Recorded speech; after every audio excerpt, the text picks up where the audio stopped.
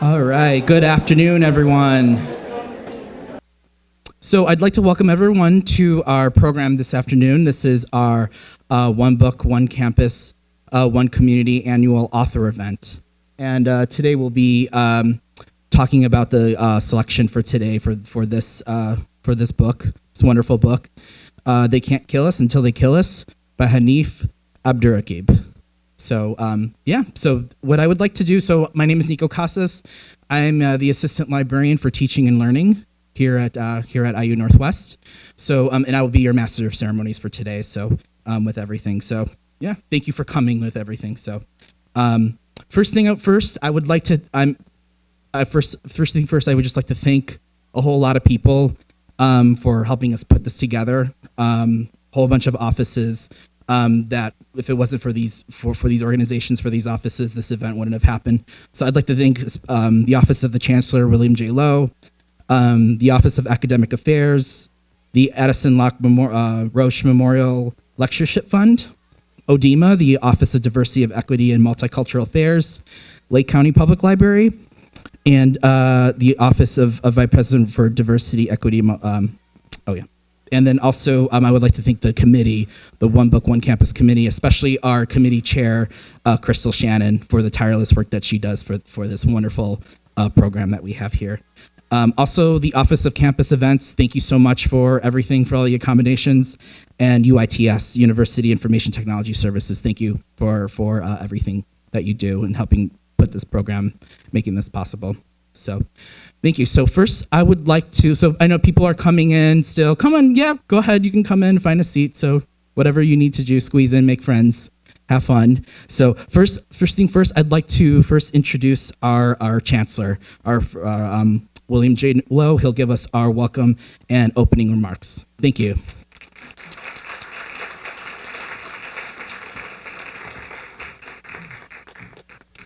Well, thank you, Nico, and welcome to everybody, and good afternoon, a nice sunny afternoon in Northwest Indiana. And for our visiting author, of course, it's always like this in Northwest Indiana. We spare no effort or expense on good weather here. But in particular, welcome, thank you for coming, and particularly to our author, Hanif Abdurraqib, for being with us today. One of the really terrific programs that we have here at IU Northwest is One Book, One Campus, One Community. Reading, careful reading of interesting, well-written, and sometimes challenging material is part of a really enriching and successful academic experience in college. So that is why I'm always so eager to see what our selection each year will be, but also to encourage everyone to read the book. Anyone who knows me knows that I probably spend too much time, even for a professor type, too much time reading. But that is really a central part of what we're trying to accomplish here. But also, a good book is that great example of not only giving everybody on our campus something on which to focus, but also other members of our wider community here in Northwest Indiana can participate as well. And so I just want to, Nico mentioned that there is a committee, and I'd just like to acknowledge them individually, and if they're here, maybe they could stand up real quick. But James Wallace is on the committee, Kathy Malone, Mary Lee, Nico Casas is on the committee, Aaron Pigors, Doug Schwartz, directs our writing program, Terry Ann Defensor, Erica Rose is with us, and of course it is chaired very ably by Crystal Shannon. So please join me in thanking them.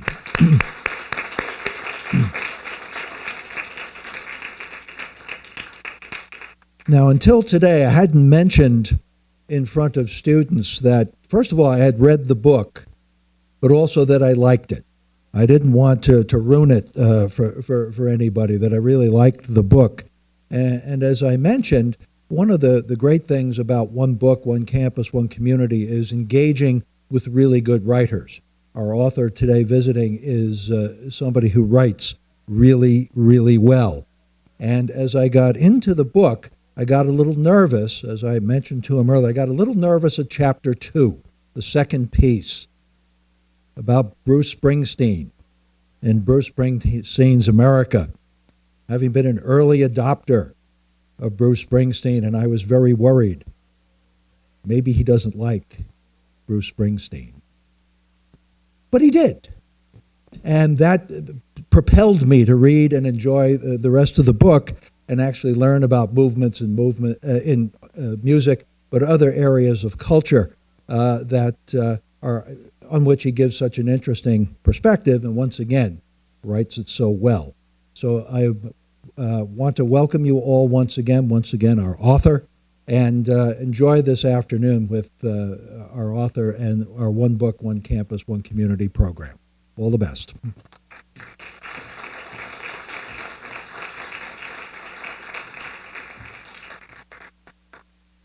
Thank you so much, Chancellor. I appreciate that a lot.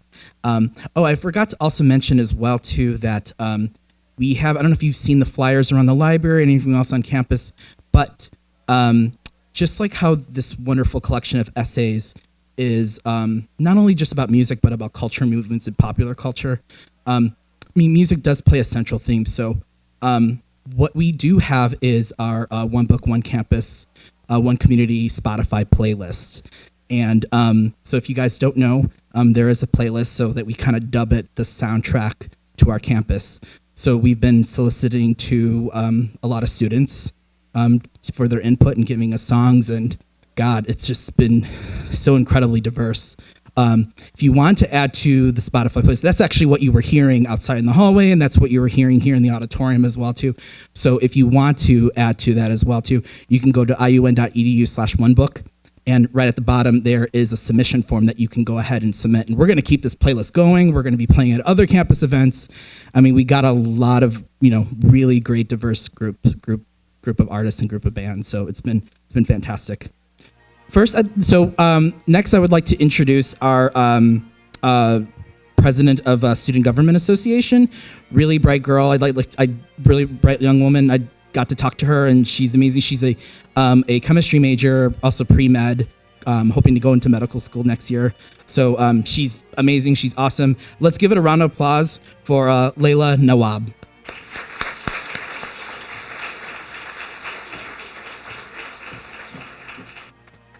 Hi, everyone. Like Nico mentioned, my name is Layla. I'm a senior this year, so I'm graduating in May, and I'm here to introduce Hanif. Hanif Abdurraqib is a poet, essayist, and cultural critic from Columbus, Ohio. He's the author of The Crown Ain't Worth Much, published by The Button Poetry in 2016. They Can't Kill Us Until They Kill Us, the book that we're here for today, that was published by $2 Radio in 2017. The New York Times bestseller Go Ahead in the Rain, published by the University of Texas Press in 2019. And a recently released collection of poems, A Fortune for Your Disaster, published by Tin House in September of 2019. All the way from Columbus, Ohio, please welcome Hanif Abdurraqib.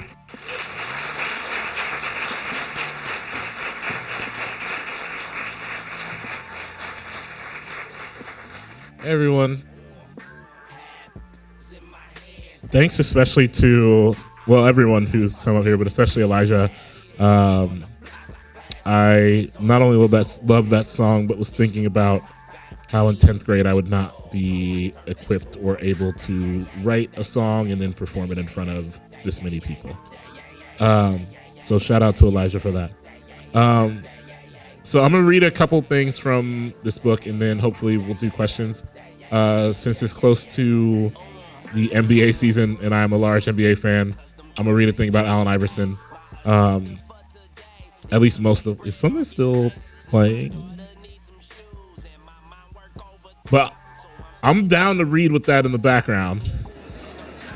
I'm not at all opposed to it, as long as I'm not the only one who hears it.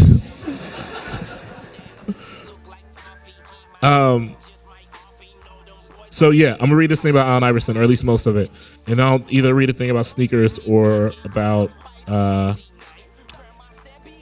drugs in Ohio. We'll see. I don't know if I came of age in the 90s, and so for me, the consumption of the NBA was kind of rooted in I got to see like both Jordans. I got to see like, pre-retirement Jordan, pre-first retirement Jordan, and then post-retirement, less exciting but still very good Jordan. But what that also meant was I kind of got to see the change in the guard in the NBA where like young black players are coming in and wearing jewelry and like not wearing suits to press conferences. And that was really exciting for me and the kids I grew up around, because we once thought that like to be an athlete meant you had to dress up and speak in a way that certain folks deemed proper. And then came Allen Iverson, who refused to take out his cornrows, who like was on the cover of Slam. I don't know if anyone remembers that iconic cover of Slam magazine where he had his afro out and like all the jewelry on. It was really exciting. So this is about, if you've never seen this, it is all over the internet. This is about the time Allen Iverson hit Michael Jordan with a crossover. This is called It Rained in, I'm going to read most of this. I might skip over a thing. This is called It Rained in Ohio on the night Allen Iverson hit Michael Jordan with a crossover. At least this is how I remember it. And so, then, this is what I need you to believe with me. Memory is a funny thing, though. Here is one way that memory is funny, although you may not laugh. I don't remember Michael Jordan inspiring any of the kids on my block to be a basketball player. Some of this was surely age, many of us getting to experience him most clearly after he returned from his first retirement, where he was still spectacular, but existed in a different way than he did before. His swagger was much more cerebral, as opposed to the explicit gold chain dunk from the free throw line brand. Upon his first return, from the mid-90s until the late 90s, it could be argued that he was at his best. Deadly from mid-range, and with an improved feel for the game, he was both unstoppable and fiercely clutch, playing with a chip on his shoulder larger than the one he had when he left, and this was perhaps the most fascinating part. He had already won the championships that eluded him. He had already had a 2-act career that, for most, would have been good enough. But in his third act, he was most ferocious, seemingly most dedicated to staring down the clock and pushing back against age. And this is how we found Michael Jordan at the top of the key in 1996, guarding Allen Iverson, then a rookie from Georgetown University. Iverson hadn't yet grown out his soon-to-be signature cornrows, and he was several tattoos short of where he would end his career. He hadn't yet harnessed all his abilities, but throughout his rookie season, he showed the exciting, franchise-saving ability that made him a #1 overall pick the previous summer in an overwhelmingly stacked NBA draft, one of the best of the modern era. And at the top of the key, on what I remember to be a rainy night in Columbus, he faced his idol, who he stood next to on the court before tip-off that night and stared at like he was watching the sun from a closer distance than anyone had ever seen it before. The thing about a crossover is that, are there any basketball players here? Are they all? No? Oh, a couple? Cool. This is all for you, perhaps. We popped in the gym earlier, and there was one of those shooting machines where you shoot and then the ball like mechanically gets fired back to you. And I was like, oh gosh, like to have that. I played basketball all through high school, and to have that be a thing instead of just having my coaches angrily run down my misses. The thing about a crossover is that, perhaps more than any other signature dribble move, it relies on trust. A defender willing to trust you and what they understand about you and your willingness to deceive them. It is a basic dribble move, one that existed in several forms before Allen Iverson entered the national conversation. Dwayne Washington, while playing at Syracuse in the 1980s, perfected the original crossover. A small switching of direction, the body moving with the ball just long enough to send a defender briefly off balance. In the 90s, Tim Hardaway introduced the killer crossover, a more exaggerated version of the original, relying on a wide step in the opposite direction and a head fake before jerking back in the direction away from the defender. Allen Iverson was a master of the final iteration of the move, the one that is most well known now, the double crossover. the final act, a culmination of the crossover's lineage, at least for now. It is the move in all of its iterations, sped up and performed with almost a violence. It is exactly what it sounds like. The player performs a killer crossover to throw the defender off balance and then quickly drags the ball back in the other direction. And what made Allen Iverson so efficient and unstoppable in his early career was this move. Defenders, used to having to only shift in one direction a single time, were thrown off by the small added movement. It seems like nothing really, but depending on pace, the things that can throw us off balance are often the small things. The main strength of the crossover is that it works best when you are being closely guarded. When someone is hovering over you, the crossover allows for a shuffling of feet, a quick backtrack. This is why defenders who are on the business end of a mean crossover sometimes fall to the ground. The quick lateral shuffling of feet when trying to close space means that their legs sometimes get tangled. It creates a thrilling scene. When I was in high school in 2001, a few years after Iverson's most iconic moment, but still firmly in the middle of his career, our basketball team's starting point guard hit a teacher with a crossover during a lunch game, and the teacher fell, sliding across the gym floor in his tan pants and sweat-soaked shirt. I got like an image of it. The gym erupted with students screaming and running in all directions. The teacher, for the remainder of the day, had to walk around with a dark streak on his light pants, like a scar, showing the results of his humiliation. That, too, is part of the ritual. A crossover, more than about getting space, is about who can be briefly humiliated inside of the space you make. The thing about Allen Iverson is that it felt like he should have never made it. Because in '93, it was said that he threw a chair during a fight in a bowling alley, which broke out because him and his boys were too loud, and it was a big brawl in Hampton, Virginia. And when the police came, only the black people were arrested. And so maybe it wasn't just that him and his boys were too loud. Allen Iverson, then a high school senior bound for sports glory, said, "What kind of man would I be to hit a woman in the head with a damn chair?" But a judge still gave him 15 years, with 10 suspended. And so Allen went off to Newport News Correctional Farm for 4 months until the Virginia Court of Appeals overturned the conviction due to a lack of evidence. And during those 4 months, Iverson had to finish his high school career at Richard Milburn High, a school for at-risk students, instead of Bethel High, where he was an all-state football and basketball player. Because of this, his scholarship offers dried up, despite his overwhelming talent in both sports. Only one coach, Georgetown's John Thompson, came to visit him. And this is how Allen Iverson began to make it, despite. The narrative about Allen Iverson is that he's difficult. Difficult to coach, difficult with the media, difficult to the people he loves most. He often clashed with authority figures, even if he loved them, hugging John Thompson one minute and storming away from him the next. The logic, at least as it always appeared to someone watching from afar, was that Allen Iverson loved the game, loved his people in a way that couldn't be understood, even by those people he loved so much. It is a kind of love that would maybe force a high school sports star to put his career on the line if his boys were in danger. During Allen Iverson's now infamous practice rant, which came after his 76ers were eliminated in the first round of the 2002 playoffs after making the finals the year before, everyone always hones in on the fireworks. Iverson repeatedly bemoaning the fact that he is in a press conference talking about practice. He was worn down, and it showed. The season had weighed on him, littered with reports of him taking plays off and missing mandatory practices, leading the rumors of him being traded away from his beloved Philadelphia in the offseason. And it is entertaining, if nothing else. Iverson, fed up, had gotten one too many questions about his practice habits. It is humorous to watch him in full demonstrative fashion yelling, "Practice? Practice? We're talking about practice, not a game, but practice," repeatedly. But there's a reality to it. He simply can't fathom why anything but the game is important. Basketball is a game that literally saved his life, and so it seemed to him, sorry, I'm getting over a cold.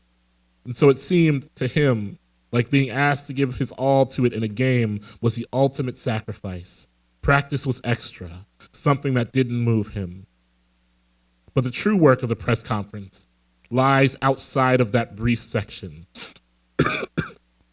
It is a man at the end of his rope, trying to convince a room that he loves the city he plays for, that he's hurt and afraid, that he's concerned about his family and the game he loves, that he thinks his body may be starting to betray him, and he still wants to give the game all he has. Towards the end of the rant, an exhausted Iverson leaned forward on the table to share the most jarring and human moment of the afternoon, which also gets lost. During the season, Iverson's best friend Rashawn Langford was murdered. He hadn't been very open about the loss until this moment, dropped into a hostile press conference about a game he loved, but he was uncertain about his future in.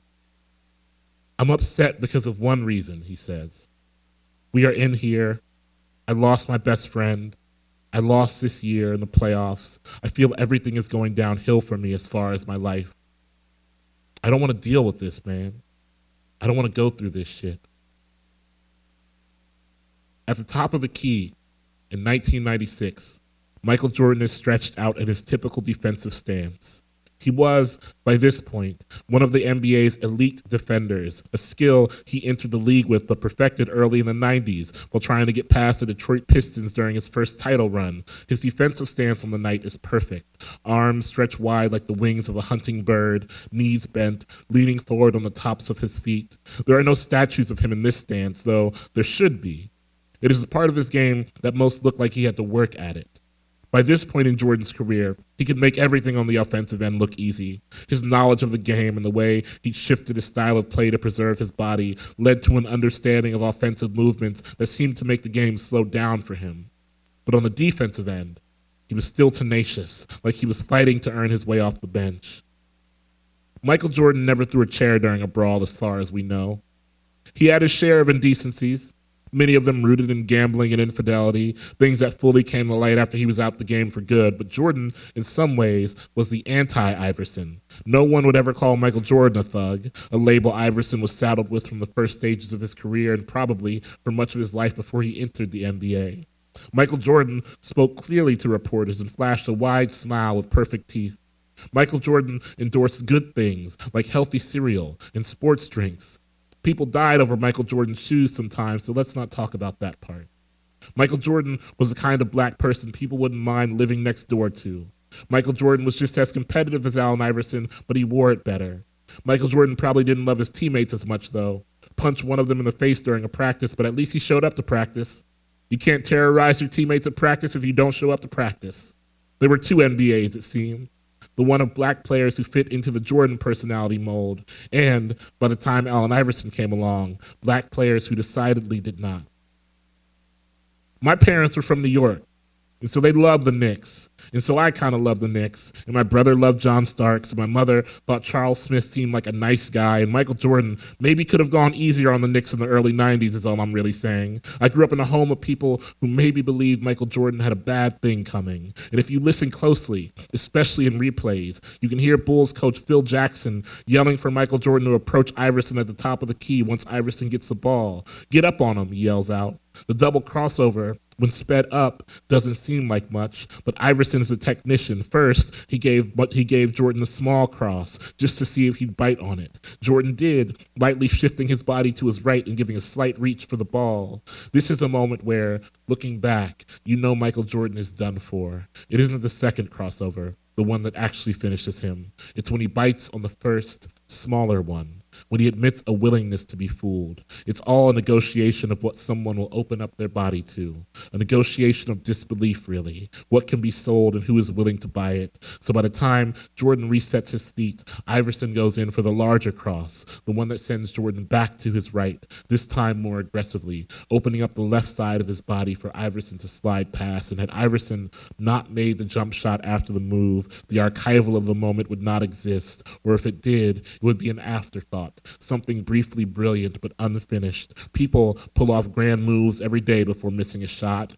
or throwing a pass out of bounds, or dribbling the ball off an opponent's foot. Allen Iverson, with Jordan lunging to get a hand in his face, made a shot from the free throw line before falling and jogging back down the court, staring briefly at Jordan, not entirely with arrogance, but with disbelief. If a guard did change in this moment, it was within the way the game was played and who it was played facing. The street ballers, those who valued style over substance, the short people like me, who couldn't dunk but could definitely dribble, now had a lighthouse. Eventually, in '05, when Allen Iverson grew out cornrows and wore tall and baggy shirts, flat-brimmed hats, and covered himself in gold chains at press conferences, David Stern's NBA instituted a dress code. Michael Jordan always dressed well, after all. Players were to wear suits now, to look presentable in front of the media. It was the Iverson rule, something to stifle what some were calling hip-hop fashion before it bled into the NBA's locker rooms. Allen Iverson pushed back against the code, racking up fines so that he could still wear his jewels, his baggy clothes, so he could never let anyone forget where he was from, so that he could never let anyone forget what he gave up to get here, so that he would always remember he was different from what the past was, that he blew through it one night in '97 and never looked back. And if you believe that it rained in Ohio on the night Allen Iverson hit Michael Jordan with a mean crossover, you will also believe that I know this by the sound that lingered in the air after my own small cheering, the way rain can sometimes sound like an echo of applause if it hits a roof hard enough. You will also believe that I know this by the way an unexpected puddle can slow down a basketball's dribble on blacktop, especially if the basketball is losing some of its traction, some of the grip that it had in its younger days. You will also believe that in my neighborhood, even in basketball's golden days, none of the players would take to courts on a day after rain because it was too risky. The court at Scottwood Elementary, known for legendary full court games filled with East Side Columbus basketball royalty, was already uneven, and the slickness of even a little rain made the courts treacherous, something that many players, also stars for their high school teams, couldn't risk. You will believe that I once wore baggy jeans that dragged the ground until the bottoms of them split into small white flags of surrender. And you will also believe that I dreamed of having enough money to buy my way into the kind of infamy that came with surviving any kind of proximity to poverty. You will believe then that I remember all of this by the way the ball felt in my hands as I stood on the court alone the next day, pulling the wet pill from one hand to the next and feeling the water spin off of it. You will believe that I only imagined the defender I was breezing past and pushing my way to the foul line. And even as I missed shot after shot, I still cheered, alone in the wet aftermath of a night where I first saw the player I imagined myself becoming, a shot finally finding the bottom of the net, and my hand still extended to an audience of no one.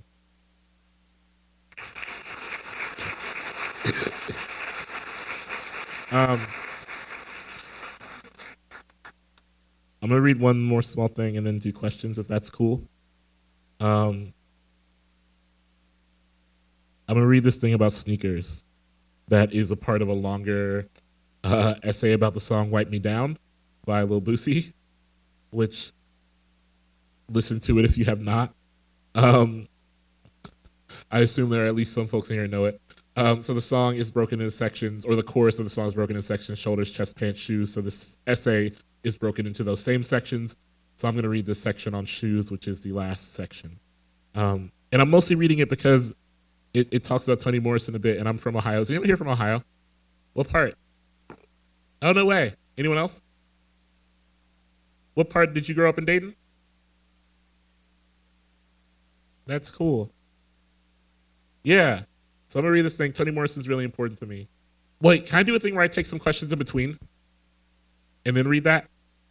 Is that cool? Okay. All right. I want to say that y'all can ask me about pretty much anything. It could be about like reading and writing, but also about shoes or pop culture or music or art or food or Ohio, pretty much anything.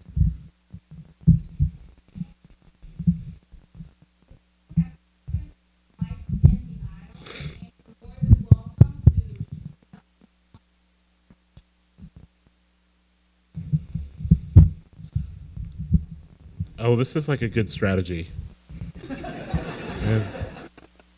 I have to pick which person goes first? You should go first. So recently I was listening to a podcast called The Hidden Brain. The host was interviewing a psychologist who was talking about authors and songwriters. He was saying that a lot of authors use like unsuspected things to try to write better, so that you can't predict what they're writing. I was wondering if that's something that you think about when you write. Like using... like like making it hard to predict where you're going or what you're going to say next? I don't think it's something I do intentionally. I think naturally it's hard for me to predict what I'm doing or where I'm going to go next because I think the way my brain works around topics, it's oftentimes trying to create as many entryways as possible into a topic so I can find my way around it more efficiently, right? And so I often don't know where I'm going to go next, right? And so I think the better question that I find myself asking is, are all the ways this work is going, is it serving the piece, is it serving the writing, or is it serving my own ego or my own kind of fascination with whatever it is I'm writing about? And so I've gotten really good at answering that question kind of honestly, which doesn't mean that my work still doesn't go unexpected places. I mean, I think there's a lot of stuff in this book that goes a lot of unexpected places. But I try to, I don't want people to feel surprised at every turn. Though I fail at that sometimes, I think. All right. Thank you. Yeah. So my question, can you hear me? Yeah. So my question was about like I saw your shoes when you walked in. My brother collects sneakers. Yeah. So I was like wondering how, if I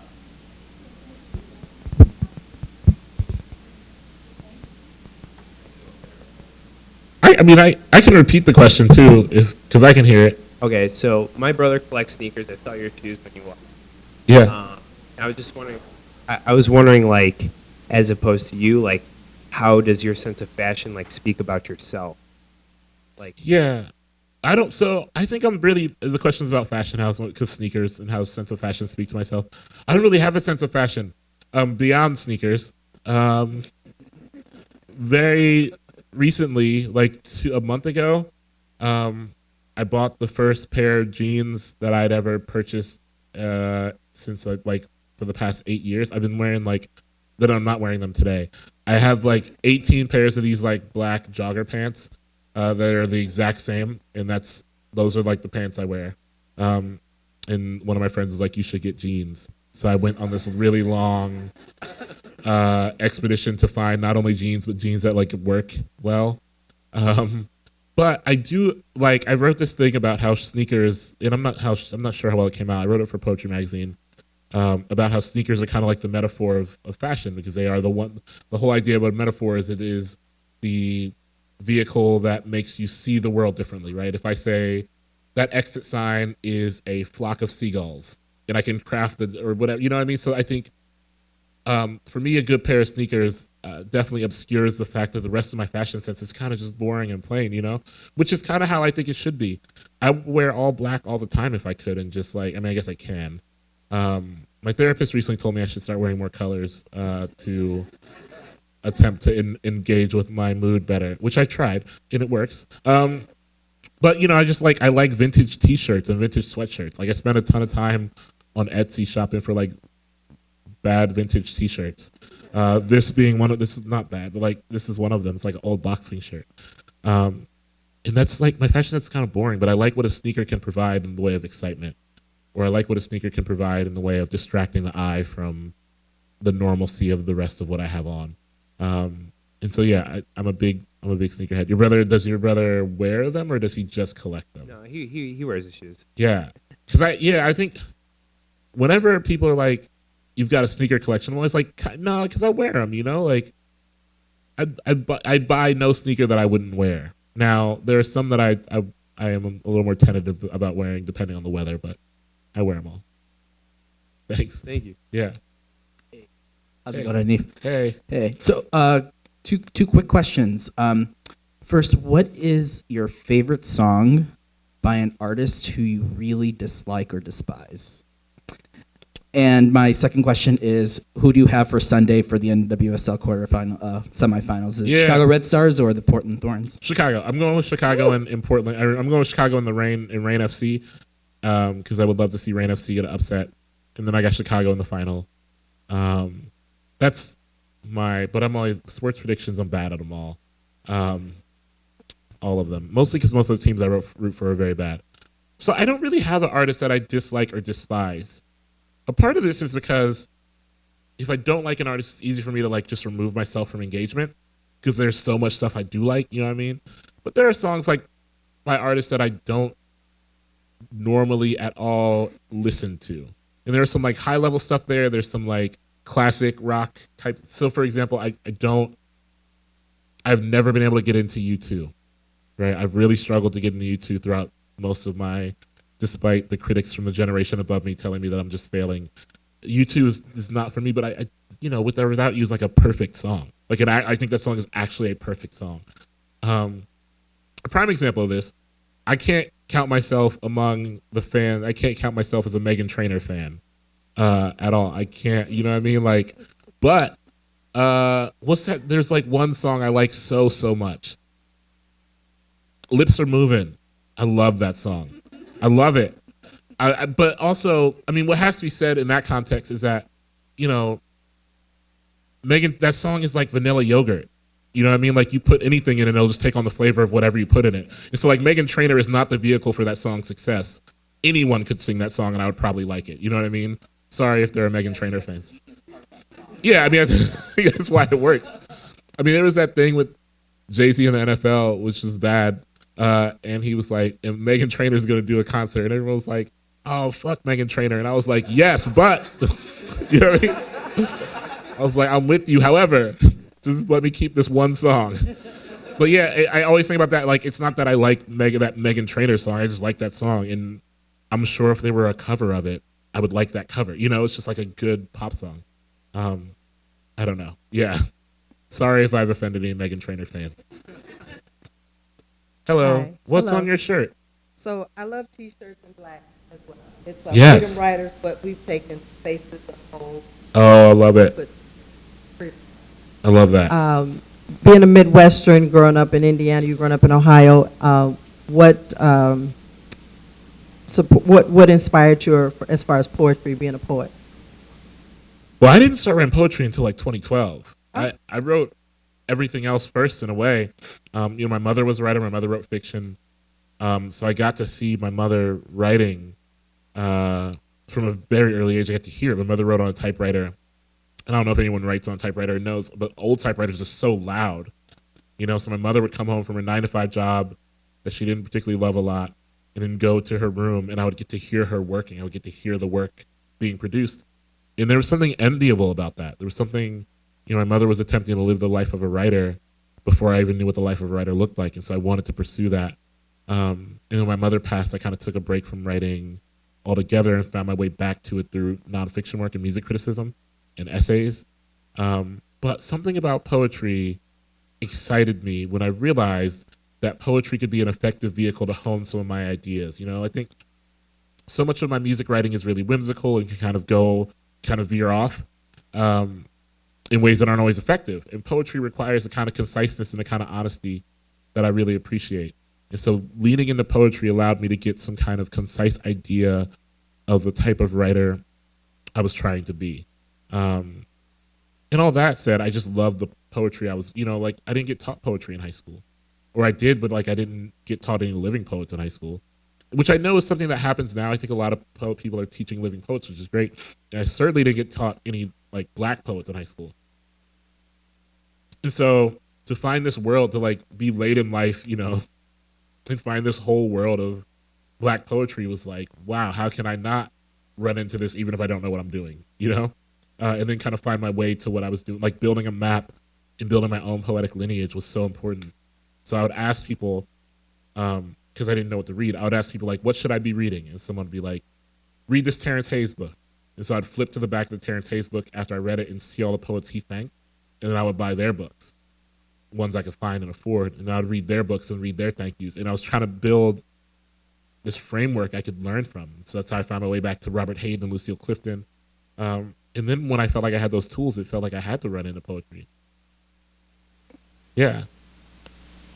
When I was reading your book, I found one of your essays to be most interesting to me. It was the punk rock one and how you survived and then found Afropunk. Mm-hmm. And being a fan of heavy metal myself, I was wondering if you've ever had any experiences at heavy metal concerts, what your opinions are, and yeah. Yeah, although I think metal, it's so interesting to me, at least the metal's concerts I went to, because I think there's such a overlap between hardcore and metal. The shows that I have been to, and most of them have been local bands in Ohio and Dayton and Cleveland, they're just a bit more relaxed. I don't know, do you go to metal shows? I feel like they've never been as in the like what's happening on the stage is intense, but what's happening in the audience is slightly less intense. And I think sometimes that has to do with the fact that like the metal folks I know, both in bands and like the metalheads I know, are not into like performing their love for the genre. Like I feel like hardcore kids, the whole thing was like, I have to show you that I am in the hardcore, so I'm gonna like jump off this speaker. And I feel like that could happen at a metal show, but it's like not as common. I think a big problem with me was that there were just not as many accessible metal bands in the Midwest when I was coming up. There were way more hardcore bands, way more punk bands, way more emo bands, particularly like from the Chicago, Detroit, Pittsburgh, Rainbow, or Umbrella. And that's kind of what we did. What bands do you like right now? Mostly I'm into like Slipknot, Mushroom Head, etc. Did you like the new Slipknot? Yeah. I really did. Yeah, I thought, and I was like skeptical about that because I have not liked every Slipknot record, but they've aged well, and I think they're taking on like not just like lyrically, musically they've aged well. Their concerns have aged well. I think they're gonna make good records for a long time. All right, thank you. Yeah. Hi. Hello. Can you hear me okay? I can. Okay, well first, I think your fit is freaking out. Oh, thank you. I think it's awesome. That's like something the denim is. Thank you. Thank you. Okay, so you know the thing you just read, like the part of your book. Okay, so I saw in the next chapter it says about Michael Jackson, Whitney Houston. Oh, I'm sorry. Okay, so I saw it was something here about Michael Jackson and Whitney Houston, and I adore both of them. And I saw Little Uzi Vert, and I saw some other celebrities in the book. So would you say that every celebrity in your book is like your favorite? Your favorites? No. No? Not at all. I mean, I like a lot of the people I write about, of course. But there are some people I write about because I'm curious and not because I love, not because I think they're my favorite of all. I also think all the time about the whole concept of pursuing curiosity for me is finding my way towards an affection for a person or an artist that I maybe didn't have before. You know what I mean? Got a call here. Okay. All right, I'm here for it. That's great. Okay, and then so just about the particular Whitney Houston and Michael Jackson, what are your views on them? Well, I love Whitney Houston a great deal. I've written about Whitney Houston a lot. I think I have some more complicated feelings about Michael Jackson, but I really value the importance that Michael Jackson held over my generation of like discovering, when it came to music, not only discovering music as sound, but discovering music as spectacle. I don't think people remember this, but there was a point in history where like they would shut down like the news to run Michael. Like when I was a kid, the Remember the Time video, they like shut down network television to premiere it.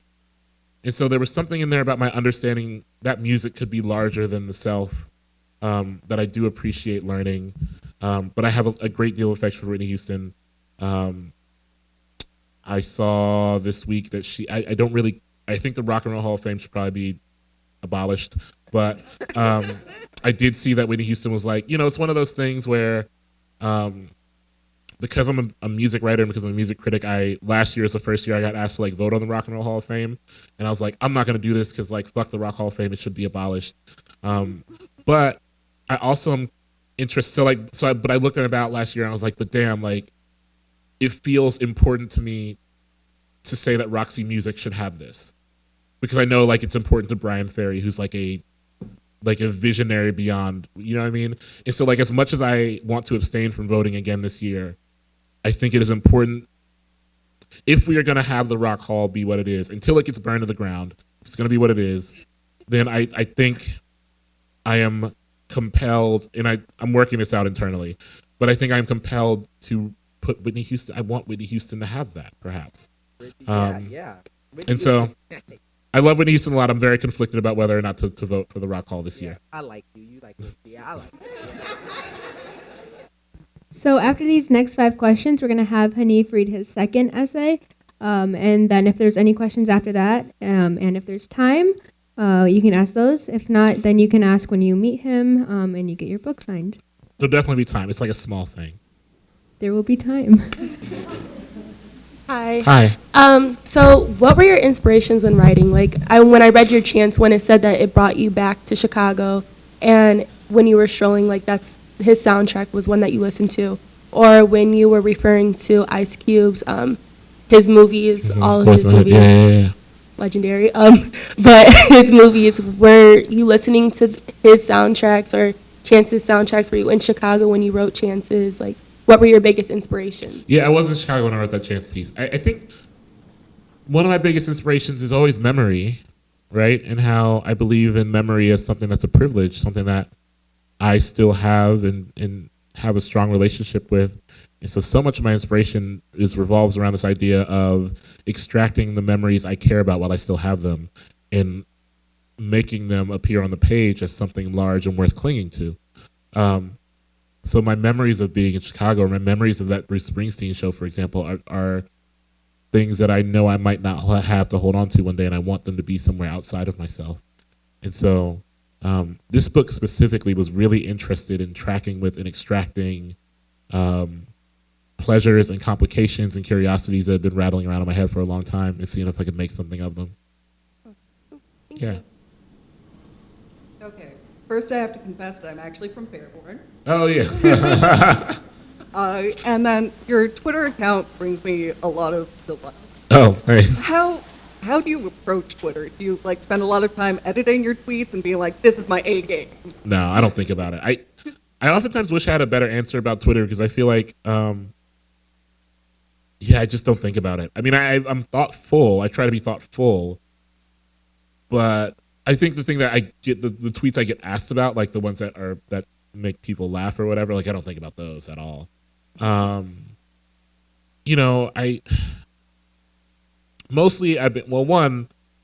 been lately trying to detach from Twitter a little bit more because I am becoming less and less sold on the fact that it is enhancing any reasonable discourse.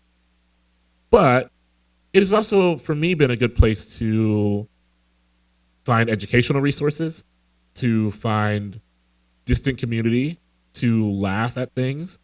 But also for me now, I think that those things have been almost outweighed by the kind of exhaustion I feel by being immersed in it. So I don't think about it a lot. But I oftentimes feel bad because people will read something of mine or like read a poem or something I've had on the internet and they'll be like, I got to go to the guy's Twitter and see what this guy's tweeting about. And then it's like fucking jokes about, AAA baseball mascots. It's like, or it's like, live tweeting an episode of Three's Company. It's just like not, it's not like what I think people imagine. Because I think, I will say that I think that the capital W writer on Twitter, when I first got on Twitter, was expected to be like constantly talking about the work, again, the capital W work, and zooming this lens out. And I just don't. That's just not my personality. In real life, I don't talk about which is why I was like, when y'all come up for questions, it can be about literally anything. Because like in real life, I don't talk about my work all that much, and I want my Twitter to reflect my real life. So I don't think about it a whole lot, but I do hope that it reflects some version of myself, even through all the bad jokes. Hi. Hi. Nobody else introduced themselves, but my name is Tyann. I am a junior here at the university, well, at least in junior standing. It's been a while. But as you can see from my shirt, I'm a huge Chance fan, which thank you to the One Book, One Campus team for bringing me this because it was needed. What does your shirt say? Family Matters. This was from his tour a couple years back.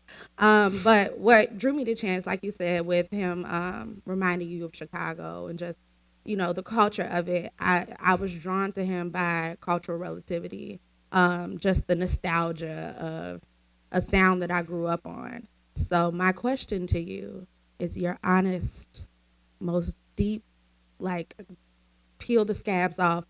What do you think about his last piece? Yeah, I did not enjoy it myself, but I also think I think there's a lot of things happening. Well, one, in my opinion, and I just want to get to like the heart of it. The heart of it for me is that the songs are not as good. I think everything else orbits that, right? But at the core, I think the songs are worse. Like, Hot Shower is like bad. It's catchy though. And I know that Hot Shower is the example everyone uses, but I mean, Hot Shower is like real. Like, I remember when I was listening to it, I was like, okay, when does the song start? Right. And someone I like listening to DaBaby. I like DaBaby, and I like DaBaby specifically as a dude you bring in when you got a song that you want to tack him on the last verse to make sure he like provides some excitement and gets out. Like they did on like Under the Sun on Dreamville and all that. So I'm listening to Hot Shower and I get to DaBaby's verse. I'm like, man, even he couldn't save this one.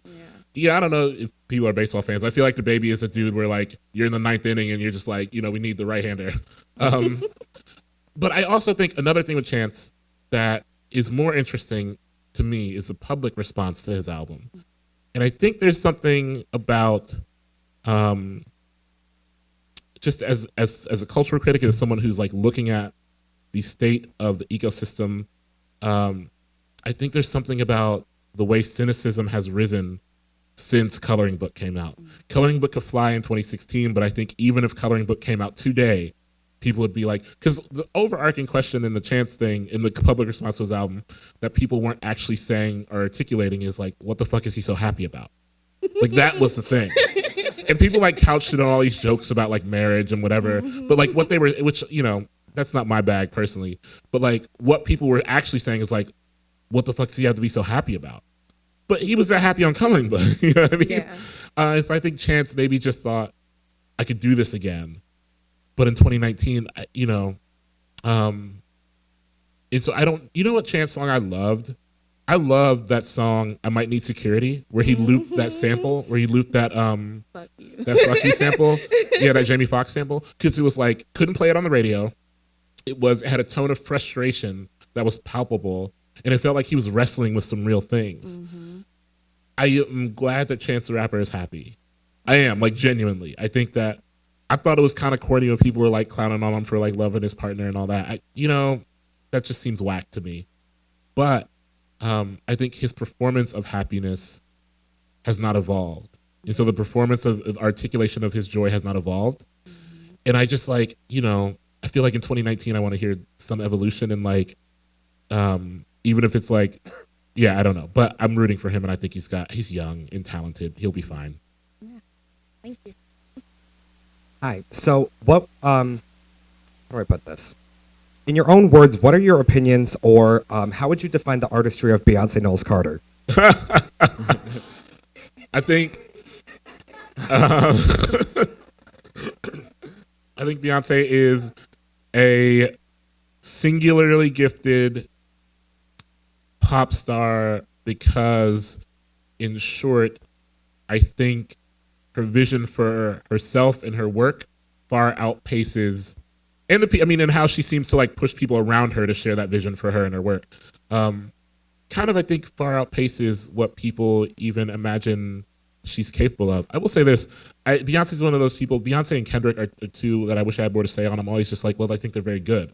But something that stands out for me with Beyonce, I remember when Lemonade came out, the visual, all of it. I couldn't watch it in real time because I was on a plane and I had Wi-Fi on the plane. And I remember scrolling through Twitter and seeing the reactions. And I was kind of like, well, I'm sure it's good, but this feels like hyperbole because everything is hyperbole on the internet. But I watched it and it was actually as good as the internet said it was, which never happens for me. So I loved Lemonade. I really loved Lemonade. I have a hard time revisiting it musically without like watching the visuals, which I think some people think is a failure of the music itself, which I don't think it is. I think it's a triumph of the visuals, right? I could listen to Lemonade without the visuals and be fine. The songs are good, but like I crave immersion in it. You know what I mean? Outside of Formation, which like I don't need to see Formation, the visuals to love that song. You know what I mean? Because that song is just like for me one of the peak pop songs of our era.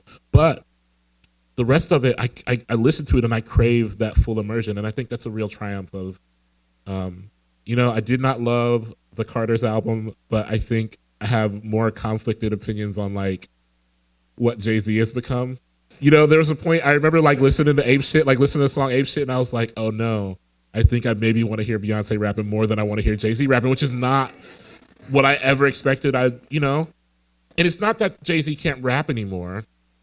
Technically, I think he's still fine, but I think I've lost interest in I think around Magna Carta Holy Grail, it was like, cool, you're very rich and you like art, and I think maybe they shouldn't make any more albums together. I think maybe couples shouldn't do everything together. And that's one thing for them. Yeah. Hi, again, I'm Thade. I know time is of the essence. In class today, we have been not only reading your book, but we watched the Raoul Peck Baldwin documentary. Yeah. And the first question actually reminded me of this. The same way he kind of does, that Baldwin does criticism. It reminds me of your way, this kind of proliferating associative quality of doing criticism. And also, a lot of my students were like, "There's so much alike." Baldwin has that phrase where he says, I want to be an honest man and a good writer." And just a lot of things struck me and my students too, particularly the way he wants optimism to be an honest optimism. And I wondered if there was any influence there that you could speak of, or kind of similarities. Yeah, I mean, one, I get asked questions all the time, like, because I think there are those who imagine my work as cynical, which is fine with me. But I get asked questions all the time, like, well, what do you do for hope? And I always say, well, I need honesty. I don't necessarily, I'm not propelled by hope as much as I am by honesty. And I think that is a very Baldwin sentiment. Mm-hmm. But also my favorite Baldwin book is The Devil Finds Work, which is his book about film.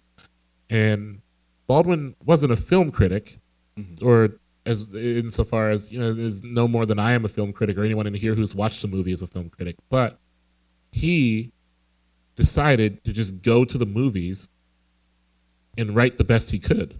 Mm-hmm. And I think that is at the core what I have taken from Baldwin, is that the work is witnessing, like the labor is witnessing, and then from there you write the best you can. Without any goal of understanding or making yourself an authority. I love Baldwin for that. I love that Baldwin approached the world as witness first and as writer second, and with that goal in mind of I want to first be an honest person. Mm-hmm. I'm so many things before I'm a writer, which we were joking about the things I don't tweet. I don't tweet about writing because I'm so many things before I'm a writer, and I have to check all those boxes first. I have to be an honest person, a good person, a caring person, a good partner, a good sibling, all of these things have to be in order before I can sit down and write, because if they aren't, then I am fooling someone, and that someone is certainly myself, right? And so I'm propelled by Baldwin's insistence on being honest first and writer second. Mm-hmm. That's awesome. I was wondering too, we've been talking a lot about music, obviously, reading your book, and you've worked with Julian Baker, alongside. How is it to collaborate on musical projects with her, and do you feel like that's a direction you see yourself heading in? I don't know. I mean, I could work with Julian, and I would work with Julian endlessly. I would work with Julian anytime, anywhere. I think we are emotionally kindred. The thing with Julian is that I think she's so gifted because her entire work is crafted around these ideas of restraint, emotional restraint, and using a surgical knife when you could use a jackhammer. And I've written, I did some writing for a pop punk group called the Wonder Years for their last record. But that's just not. I studied songwriting. After college, I went to conservatory to study songwriting, but I'm very bad at it. But I did love working with Julian, and I mostly love working with Julian, not because of what we produce or what we're able to kind of cook up, but largely because it feels like it pushes me further. We did that collaboration at Eau Claire's where she played and I read, and it forced me to read differently. Yeah. So I valued that. Thank you. All right, here's the thing about sneakers. In The Bluest Eye, Toni Morrison writes, in part, about the human investment in objects and material things as a way of tipping the scale of righteous versus wrong, of poverty versus wealth, of what gets you through the day versus what doesn't. In the second chapter of the book, the narrator focuses on the history and makeup of the home that the Breedloves live in. A focal point of this section is the description of the sofa. The Breedloves purchased the sofa new, but the fabric split down the back before it arrived, making the sofa look tacky and worn down. The store didn't take responsibility, and meaning the Breedloves had to continue making payments on the damaged sofa.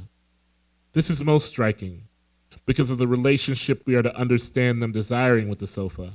Something large and new, signifying status and a financial freedom that the Breedloves did not possess, but desired nonetheless. I own more sneakers today than any one person should. Some would suggest that a person only needs 3 or 4 pairs of shoes to make it through a year.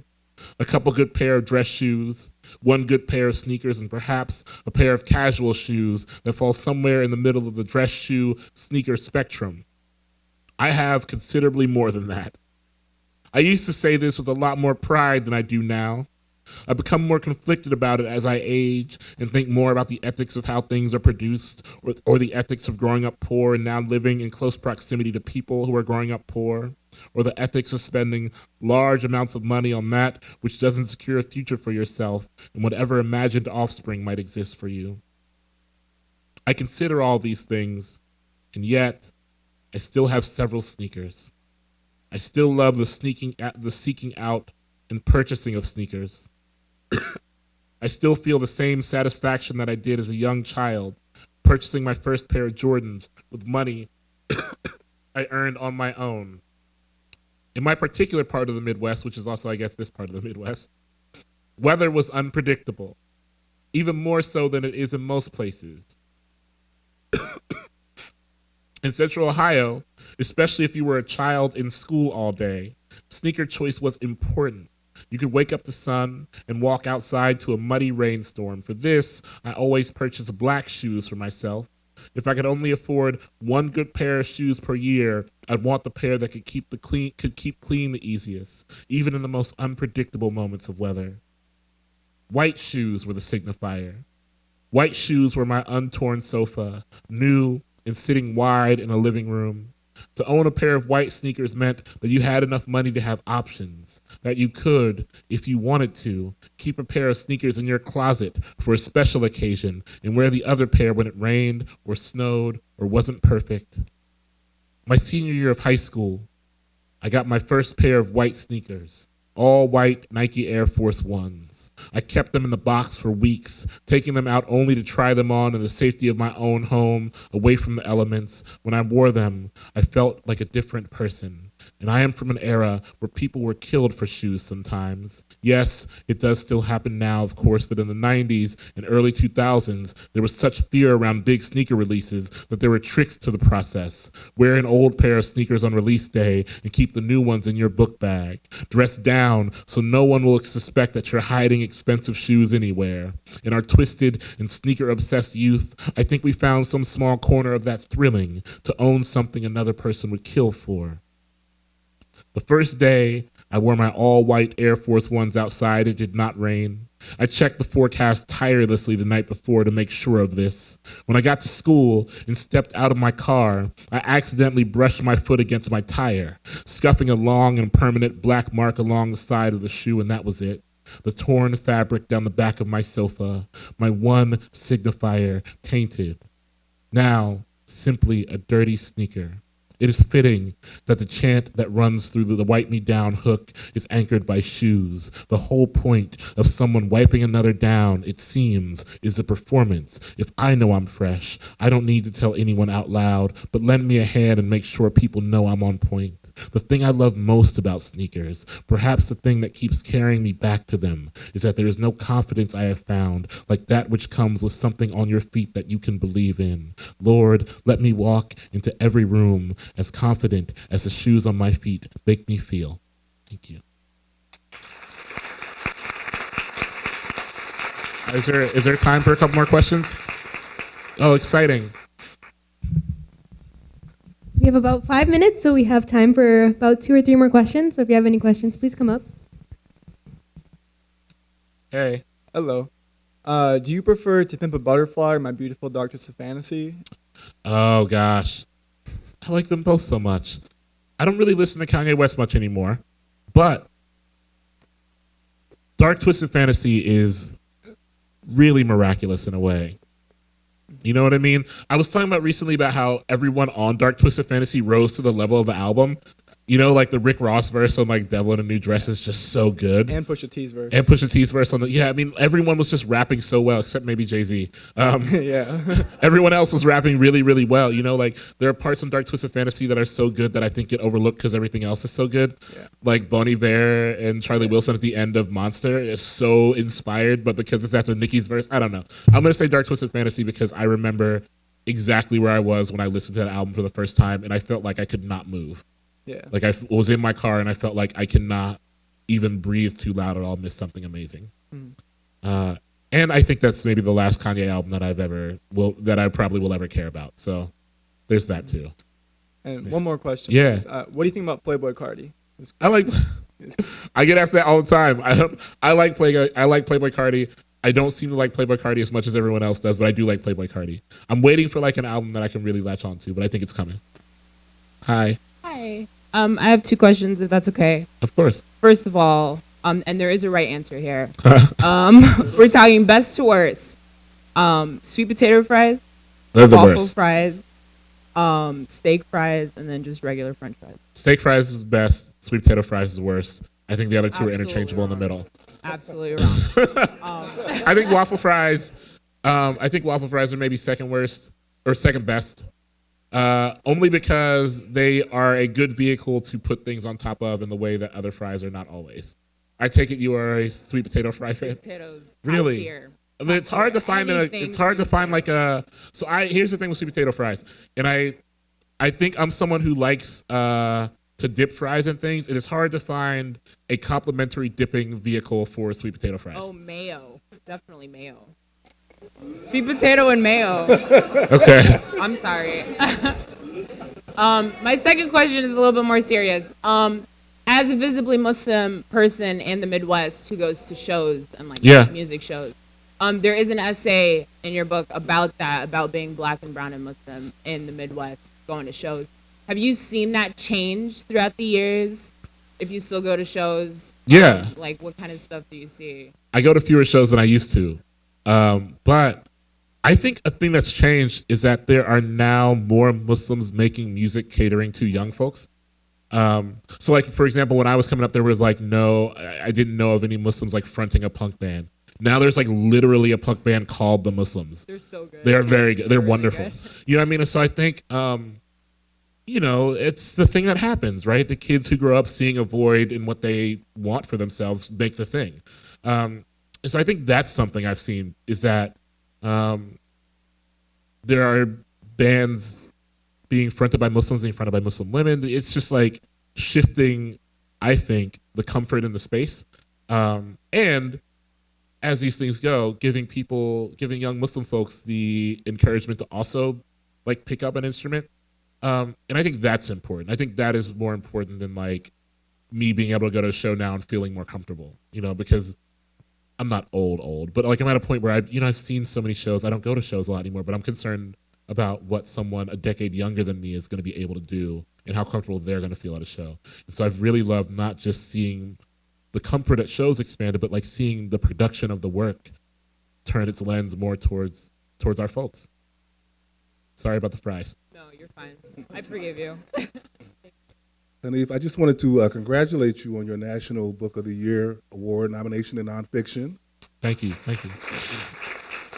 It's really a pleasure to have you here on our campus at this time.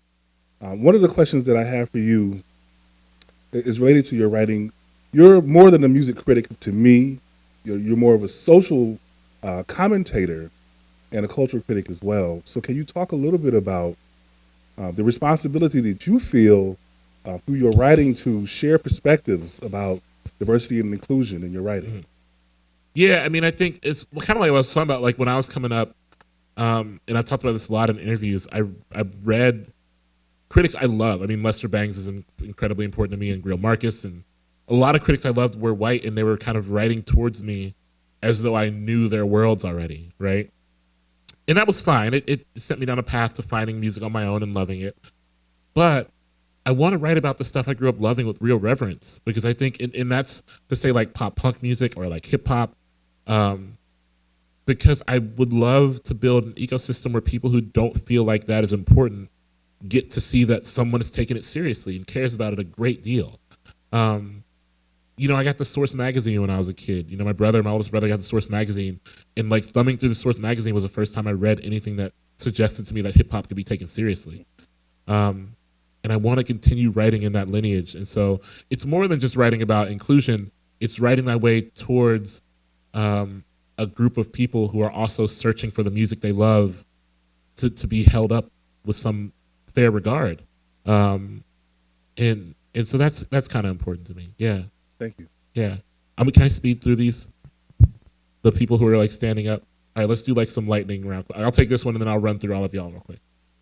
Hi, my name is Mikaela, and I do have a question. My question is, give your analytical review of how culture has changed in regards to the different, I would say, you grew up in the 80s compared to now. Well, I mean, I think music is more accessible. Pop culture is just more accessible. And because it's more accessible, more of it is being produced. And because of that, I think music especially, I think it is hurting the idea of a fully realized project, which is why I talk so glowingly about Lemonade, because I thought it was like a fully realized, it wasn't made for, even though this did happen because we're Americans, but it wasn't made for like this quick snack kind of consumption. It was made for kind of like a full experience. But I'm someone who loves albums. I'm someone who really loves a complete, well thought out album.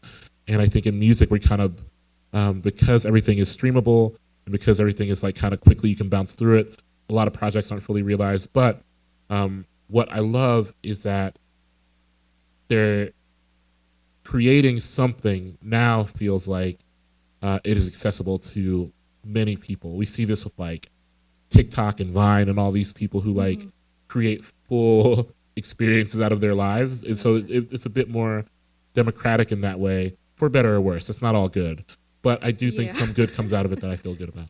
Great, thank you. All you. right, let's run through these. I have a quick question about like NBA.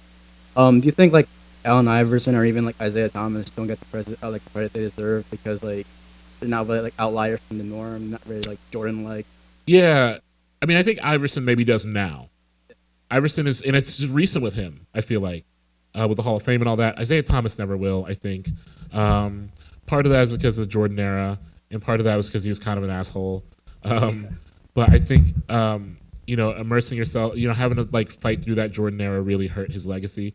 But I loved Isaiah Thomas's game. And I know, I'm sure some folks in this part of the Midwest love Isaiah Thomas due to his Indiana roots, but I loved Isaiah Thomas. I'm short, you know, and I was a point guard. I grew up playing point guard. And to see someone, you know, we would watch tapes of him. He was so like feisty and resourceful and effective. There's that iconic game of him like playing on the ankle where he's like hobbling around the floor. He's who I learned toughness from. And a very specific Midwestern type of toughness too. He defined what Detroit was for me too, I think. This kind of like hard-nosed effort. So I love Isaiah Thomas. I don't think he'll ever get the credit he deserves. I think a lot of the folks who played in that Jordan era, the tail end of the first and the second Jordan era, are not going to get the credit they deserve, like Clyde Drexler, Kevin Johnson, even Barkley to some degree. Yeah, I don't know. Thank you for asking an NBA question. Thank you. Hello. My question for you is, what is the meaning behind your book cover? Oh, I like wolves, and I like hip hop. And that is the mashup. There's no like deep meaning behind it. Okay. That's a mashup of like a picture of the wolf and LL Cool J's like cover of Bad, where he's like leaning, he's like a gold rope chain like leaning on a car. I like sent those two pictures to the publisher, and that's what came out, and I was really happy about it. Thank you. What are your thoughts on how NBA players dress now, from when Allen Iverson dressed in baggy clothes? I love it. Russell Westbrook comes in dressing with like a safety vest, like a construction. Yeah, I love it. I love how fashion and then, I mean, one, got to be said that the dress code they initiated when Allen Iverson played was like definitely racist. So any improvement over that, I'm with. But I am not that fashion forward. I don't think, I cannot pull off most of those outfits. But I love a good pregame. They show them like walking down a tunnel. I love that NBA players have grown a real investment in fashion, and it almost makes sense, right? It almost makes sense that the exact response or the exact pushback of the like wear suits and speak proper era is people being like, no, we're going to do like this high fashion thing. It makes every game appearance like a runway thing. But I couldn't pull it off. I do think Russell Westbrook sometimes goes too far. I will say that. Like sometimes I feel like he should have a stylist tell him like just remove one accessory. Or like maybe those pants but not that top. I don't know. Then again, I don't know shit about fashion. I just talked about how I just buy all my shit off Etsy. So I don't know. But I do like it. Thank you. Do you have a favorite team? Well, I like the Bulls, but I don't. They're going to make the playoffs this year. I know people are on the fence about it. The Bulls are definitely making the playoffs this year. The East, like me, you, and 3 people in this room could make the playoffs in the Eastern Conference this year. So they'll be fine. Thank you. So my question is, which artist and music had the greatest contribution to your writing process? That's a good question. The 2 that leap to mind are Vince Staples and Bruce Springsteen. Well, and if I say Vince Staples, I guess I have to say Ice Cube, for the same reasons. I love Vince Staples, who is, I think, a direct descendant of Ice Cube, because they report. They're kind of like reporters. Vince Staples is more of a reporter than a rapper. Ice Cube is more like reporting on an area, and I believe in that. Bruce Springsteen is so important to me because he has mastered the craft of making a really robust and emotionally rich narrative fit into a 3-minute block. I think about songs like Jungle Land or Atlantic City, which could be full-length films. The stakes are defined, the characters are presented, we are caring about the characters, but these are small like bites, these are small songs. And so it gives me an encouragement to try to pack as much as I can into these spaces and still be resonant. Yeah. So I had another question. Yeah. What part of your own culture did you think impacted like your writing? Discipline. I mean, I was raised Muslim, and it's so funny when I hear writers talk about like the difficulties in being disciplined. I'm always like, oh, really? That's like I don't know. I think about like times I had to get myself up at like 5 a.m. to pray, and stuff like that. And so there's a discipline kind of baked into my natural everyday life that it's kind of nothing for me to turn on my brain and say like, I'm writing right now. And so I'm doing nothing else. Because, coming up, there would be times I'd have to turn on my brain and say like, yes, it's nice outside, but I have to read the Quran. Or like, yes, it's nice outside, but I have to come inside and say prayer. And so refusing myself the pleasures of the world in the name of some other pursuit was kind of just how I was brought up, and so that sounds harsh, but I feel like Muslims get it. But yeah, so I think that is something I think about all the time when writers are like, I just can't like focus. I'm like, I think that's a real struggle, but for me, it's just like, well, back to what I used to do, Yeah. Thank you. Hi, my name is Jalen. Hi, Jalen. This summer, I was doing some research, and I ran into an article where Diane Hardwick, forgive me if I mispronounce her name, said that there are no more classical artists. And I want to know, like, do you believe that today's artists could be classical, could be like game changers in the industry of music? Of course. I'm a lot more optimistic about that, though. I think in every genre there is someone who will be talked about in 20 years as someone who altered the course of whatever their genre is, right? I think that people thought R&B was dead for so long, and now it's just not, right? at all, like in the least. I think this is the best year for R&B that's happened in the past like 20 maybe, depending on how one feels about like Snow Allegra and Are You Letting Yourself On.